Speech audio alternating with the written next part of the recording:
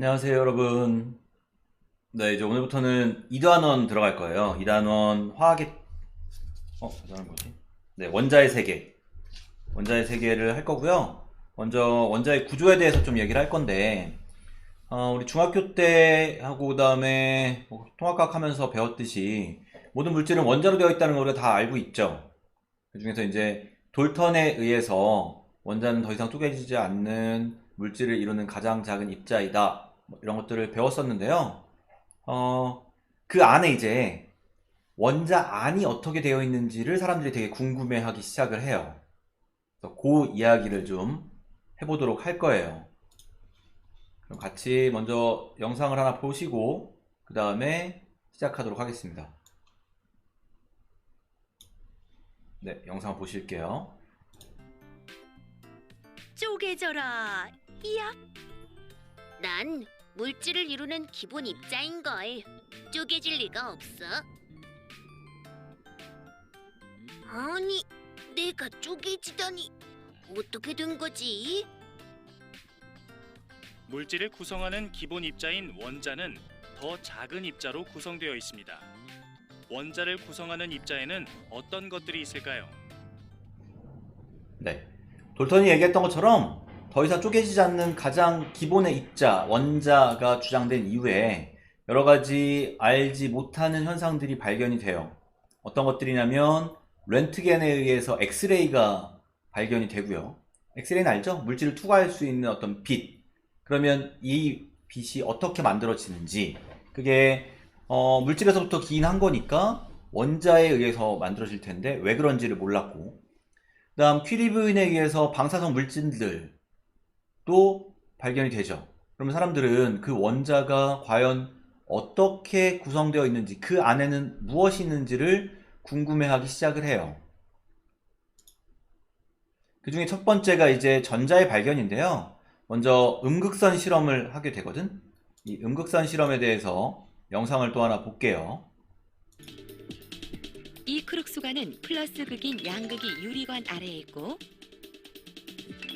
음극의 맞은편에 형광물질이 발라져 있습니다. 또 형광물질 앞에 십자 모양의 금속판을 두었는데요. 전류를 흘려 음극선을 만들어주면 금속판 뒤에 그림자가 생기는 것을 볼 수 있습니다.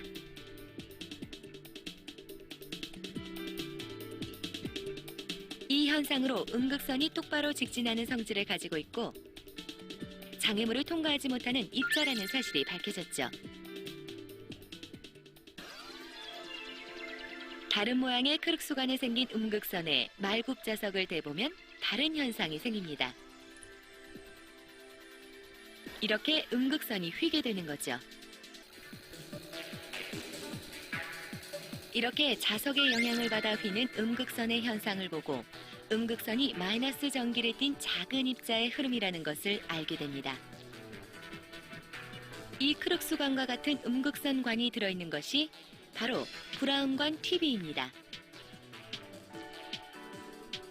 브라운관이 바로 음극선관이고 전자총에 있어 전자를 쏘아 영상을 보이게 해주는 겁니다.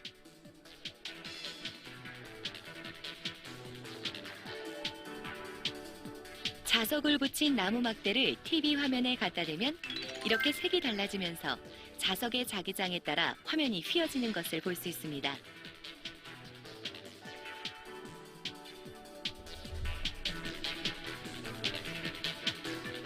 전자가 마이너스 전기를 띠는 입자이기 때문입니다. 이 전자가 갖는 특성이 또 하나 있습니다. 이번 실험은 작은 금속판 5개가 바람개비 형태로 걸어져 있는 동그란 모양의 크룩수관으로 해볼 건데요. 화면에서 볼 때 크룩수관의 왼쪽 극에 마이너스 전기를, 오른쪽 극에 플러스 전기를 흐르게 하면 바람개비가 시계 방향으로 돌기 시작합니다. 마이너스 극에서 나온 음극선이 바람개비 날개에 부딪힌 게 보이죠? 시간이 지날수록 가속도를 받은 바람개비가 점점 더 빨라지는데요. 이때 전류의 방향을 바꾸어 크룩스관 오른쪽 극에 마이너스 전기를 흐르게 하고 왼쪽 극에 플러스 전기를 흐르게 하면 바람개비가 천천히 돌아가다 돌아가는 방향을 바꿉니다. 반시계 방향으로 돌아가기 시작하죠. 전류의 흐름에 따라 바람개비가 돌아가는 방향이 바뀌게 된 겁니다.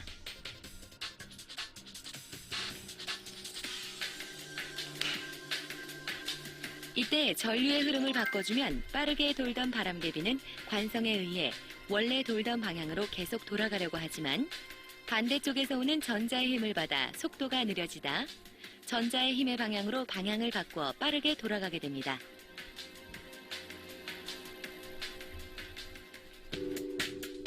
이렇게 전자가 이동할 때 바람개비를 움직이는 것은 전자가 물체에 부딪히면 압력을 준다는 것. 즉, 전자가 질량을 갖는 물질이라는 것을 증명해 주는 거죠. 네, 잘 보셨나요? 이 음극선을 발견한 건 톰슨은 아니에요. 음극선은 다른 사람이 발견했는데 이 음극선의 정체를 알지는 못했어요. 근데 톰슨이 이 음극선을 가지고 방금 봤던 3가지 정도의 실험을 함으로써 그 음극선의 정체를 밝혀요. 그중에 제일 중요한 건 바람개비 실험이야.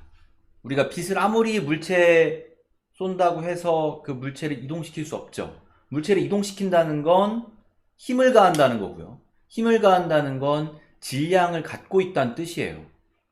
그래서 톰슨이 이 정체에 대해서 굉장히 많이 고민을 해요. 학습지를 보면서 다시 한번 같이 정리를 해봅시다. 우리 학습지를 보시면 음극선의 정의는 이렇게 돼요. 내부가 진공 상태인 유리관에 고압을 걸어줄 때 양극에서 음극으로 직진하는 어떤 빛, 이걸 음극선이라고 했는데 톰슨이 3가지 실험을 하거든? 같이 한번 고민해 볼게.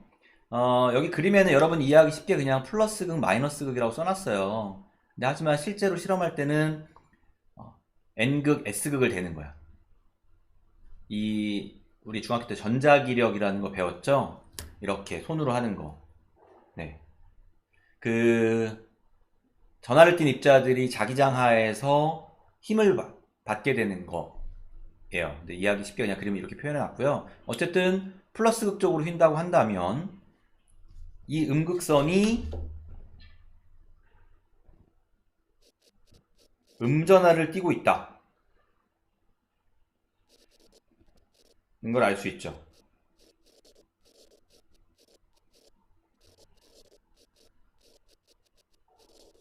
자, 다음 2번째 실험에서 뭘 할 수 있죠?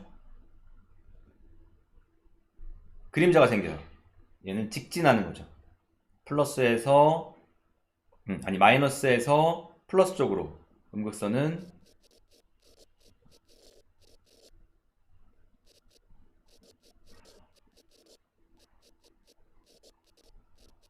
직진한다. 마지막이 중요하다 그랬어요. 바람개비를 회전시켰어요. 얘는 음극선은 질량을 가진 입자로 이루어져 있다.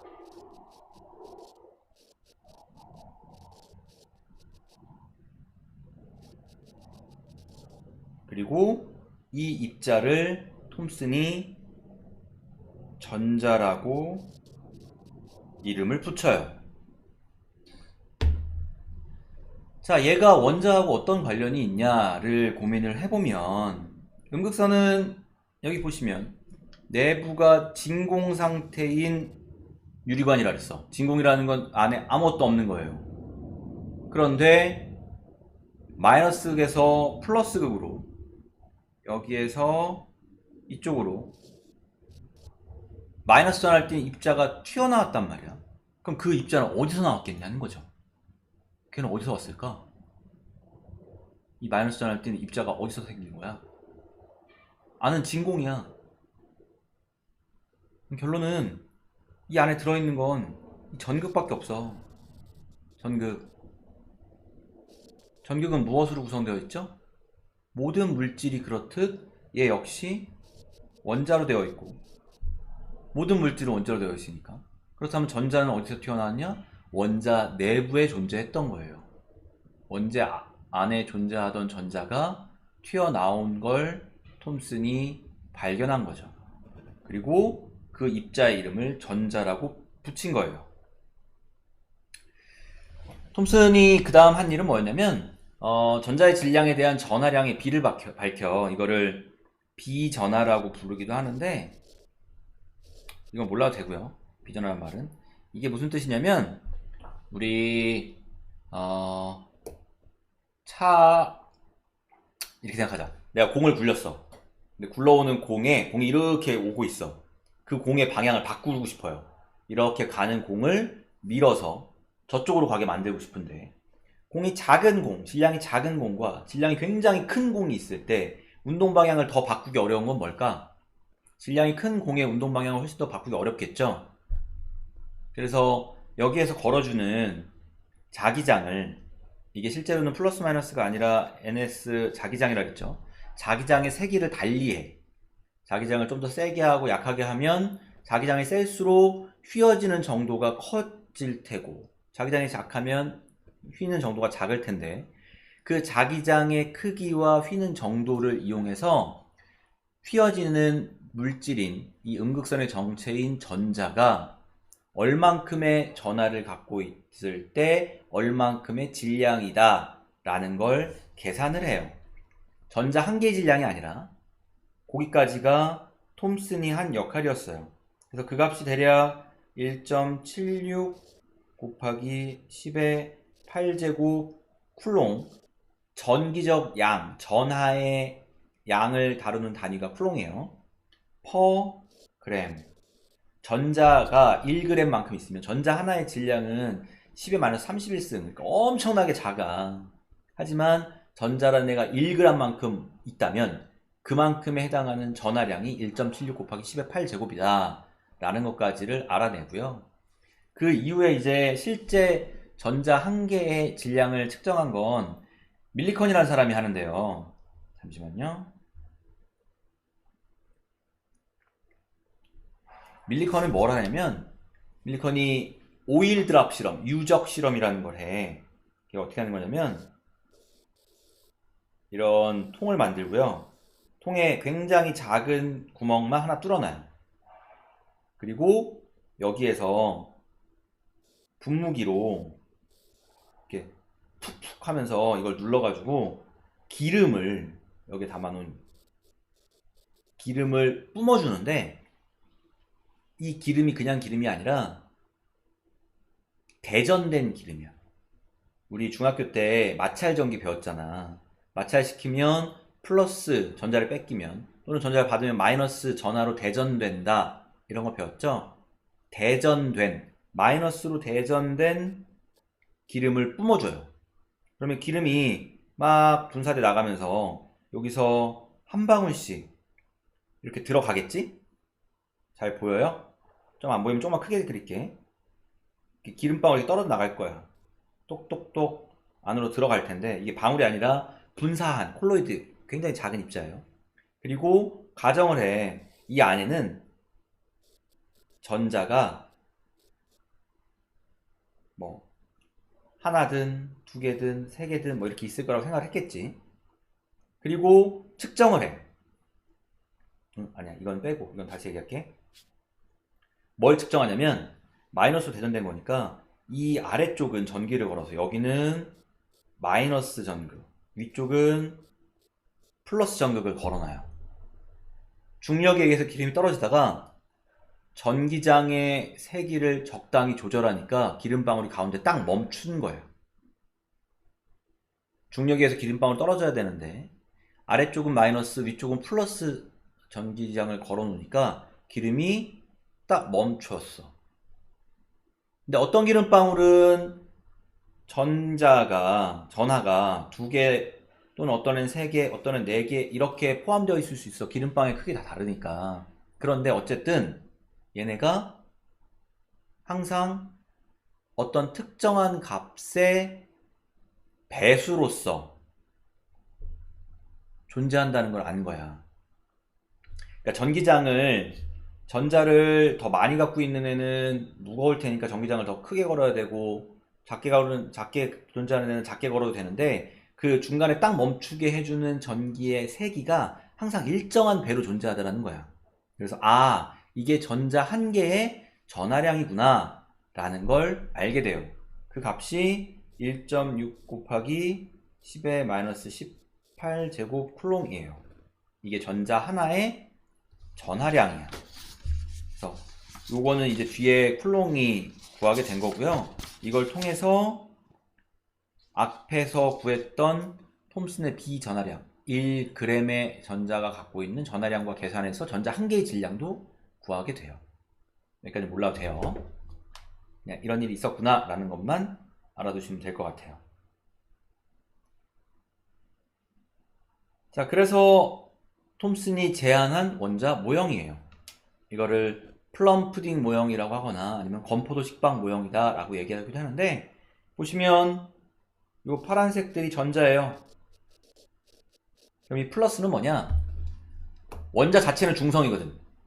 원자가 마이너스를 띈다면 원자끼리 서로 반발하겠죠. 밀어내겠죠. 근데 원자는 중성이란 말이야. 그러면 원자 내에 플러스는 어디에 있겠냐? 톰슨은 전체에 고르게 옅게 퍼져 있다라고 생각을 해요.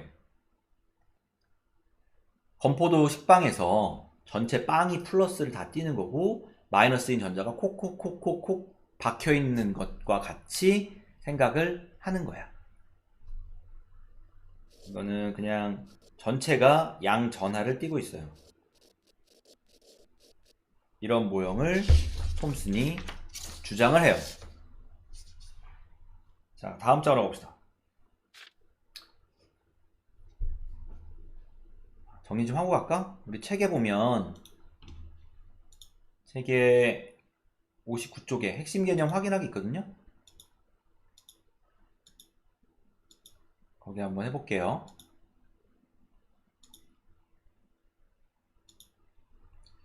원자의 구성 입자 중에 음극선 실험을 통해 발견된 마이너스 전하를 띤 입자를 쉽죠? 전자라고 하고요. 그리고 전자가 마이너스 전하를 띠고 있다는 것을 무엇을 통해 알 수 있을까? 한번 써보세요. 전자가 마이너스 전하를 띠고 있다는 건 어떤 실험을 통해서 알 수 있었죠?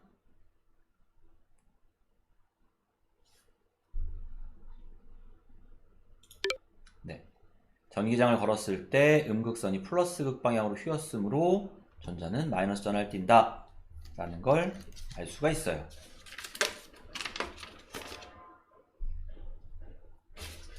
자, 그 다음은 러더퍼드예요. 다음 장 봤죠? 13조. 러더퍼드가 알파 입자 산란 실험이라는 걸 해요. 이 러더퍼드는 톰슨의 제자였는데, 알파 입자라는 게 뭐냐면, 알파 입자는 헬륨의 핵이야. 헬륨의 핵. 그러니까 원자는 양성자, 중성자로 되어 있는 원자 핵과 그다음 전자로 되어 있어. 물론 이 당시에는 그걸 알지 못했어요. 근데 러더퍼드는 어쨌든 알파 입자라는 건 양전할 띄는 입자라는 거는 알고 있었어. 양전할 띄고 있는 굉장히 작은 입자를 얇은 금박에 충돌시키는 실험을 해요. 자, 이게 어떤 의미가 있냐면, 금박은 굉장히 얇게, 그러니까 금속계 표짐성, 뽑힘성 중에서 금이 굉장히 좋은 편이어서 엄청 얇게 만들 수 있어. 우리 음식에 뿌리는 금박 보면 정말 하늘하늘 하잖아. 그런 얇은 금박을 만들어. 과장해서 좀 그리면 이렇게 금박을 만들었어. 그럼 이 옆쪽을 보시면 이게 너무 얇지? 여기에 원자가 뭐 수백 개밖에 들어가지 않는 상태까지도 얇게 만들 수 있는 거야. 여기에 대고 양전하만 갖고 있는 알파 입자를 쏘는 실험을 해요. 러더퍼드가. 영상을 좀 볼게요.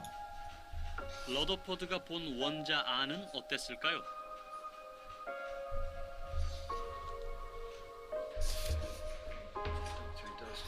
그의 학생들은 지금 2년 동안 같은 실험을 하는 중입니다. 알파 입자가 얇은 금박지를 통과하는 실험입니다.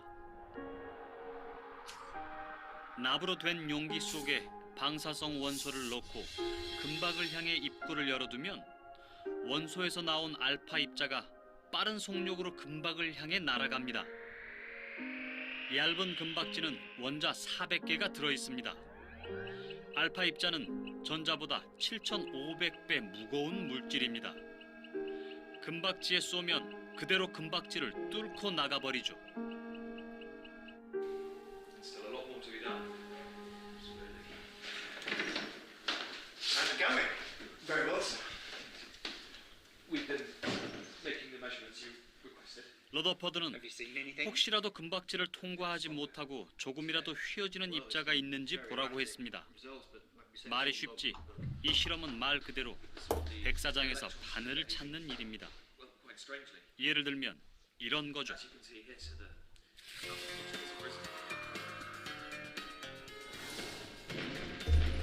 금박지를 60층 건물 크기로 키워봤습니다. 이 건물은 아주 얇은 종이로 돼 있습니다. 이 안에 깨알 같은 점들이 있습니다. 톰슨이 발견한 전자죠. 전자를 맞춰볼까요?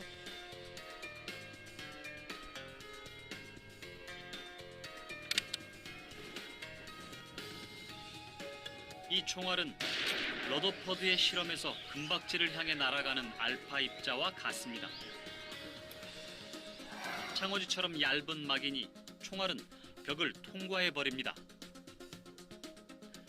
60층 정도 되는 창호지에 총을 쏴서 어디에 있는지도 알 수 없는 깨알 같은 전자를 맞추는 일.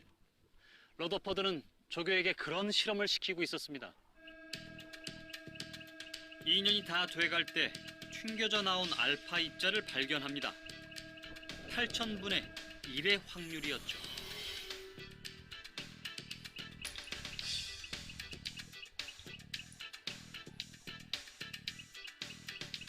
이건 창호지처럼 얇은 종이에 총을 쏘았는데 총알이 튕겨져 나온 것과 마찬가지입니다. 전자에 맞았으면 이렇게나 크게 튀어나올 리는 없었죠. 결국 알파 입자가 뚫지 못한 어떤 단단한 물체가 원자 안에 있다는 것입니다.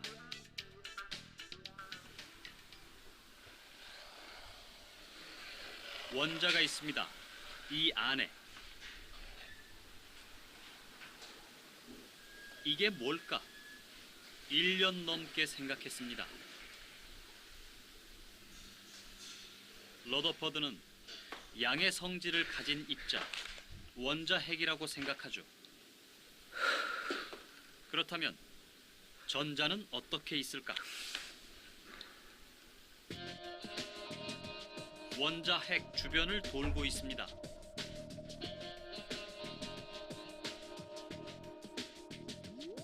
러더퍼드의 원자 모형은 태양계와 닮았습니다. 태양이 지구를 붙잡아두는 힘이 원자핵과 전자 사이에도 존재한다. 그러려면 지구가 도는 것처럼 전자도 돌아야 했습니다. 하지만 원자핵을 발견한 기쁨도 잠시, 러더퍼드의 원자 모형에서 큰 문제점이 발견됩니다.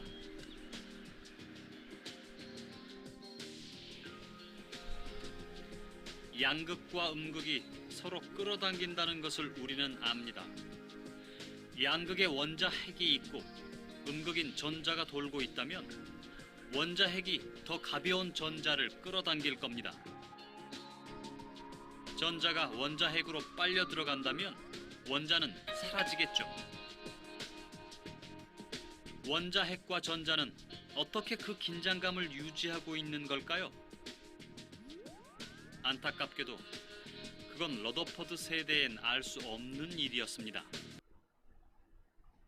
네, 잘 보셨나요? 그 알파 입자는 전자에 비해서 질량이 훨씬 더 크기 때문에 약 한 10,000배 가까이 돼요. 그래서 굉장히 작은 질량의 전자가 빠른 속도로 날아오는 알파 입자를 튕겨내는 것은 불가능해. 그래서 이걸 사람들이 얇은 종이에 대포알을 쐈는데 대포알이 튕겨 것 같다 라는 비유를 사용하기도 해요. 이 러더포드가 알파 입자 산란 실험을 해서 무엇을 발견하게 됐는지 영상에서 본 것처럼 한번 다시 정리해 볼게요. 이렇게 전자와 퍼져 있는 양전하, 톰슨의 모형이죠? 톰슨의 모형처럼 원자가 구성되어 있다면 알파 입자는 충돌하지 않고 거의 다 통과될 거야. 그런데 실제로는 적은 수가 크게 튀어나오는 것들이 발견되죠. 이걸 통해서 플러스 전하가 고르게 퍼져 있는 것이 아니라, 여기서 지금 보시면 이 파란색 작은 건 전자야. 톰슨에서는 양전하를 띠는 입자는 없잖아. 이 전체가 양전하지. 근데 이 실험 결과가 이렇게 오른쪽처럼 나왔고, 이 실험 결과를 설명하려면 양전하가 굉장히 작은 곳에 모여 있다. 그래서 대부분은 다 통과를 하지만 일부만 크게 휜다 라는 주장을 하게 돼요. 자, 정리해봅시다. 우리 60쪽에 아래쪽 있어요. 대부분의 알파 입자들이 휘지 않고 금박을 통과하는 것은 무엇을 의미하죠? 써보세요. 네, 원자 내부는 공간이 거의 비어 있다는 거야. 다음 두 번째, 매우 적은 수의 알파 입자가 경로에서 크게 벗어난 방향으로 튕겨나와요. 이건 뭘 의미해요? 써보세요. 오늘 여러분이 문제 풀거나 이런 것들이 별로 없어서 선생님 설명을 조금 더 할 거예요. 영상이 좀 길 수 있어. 거의 다 했어요. 이거 하고 프린트 정리만 하면 돼요. 네, 원자 내부에 밀도가 매우 크고 플러스 전하를 띠는 입자가 존재한다 라는 걸 알 수 있죠. 우리 프린트에도 한번 다시 정리해 볼까요? 자, 프린트에도 정리해 봅시다. 알 수 있는 것들. 첫 번째, 원자 내부는 대부분 빈 공간이다. 다음 두 번째, 원자의 중심에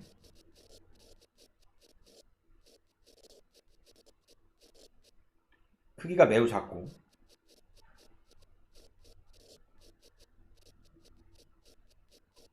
원자 질량의 대부분을 차지하는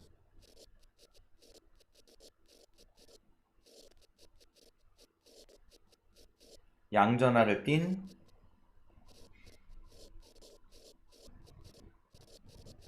입자가 있다.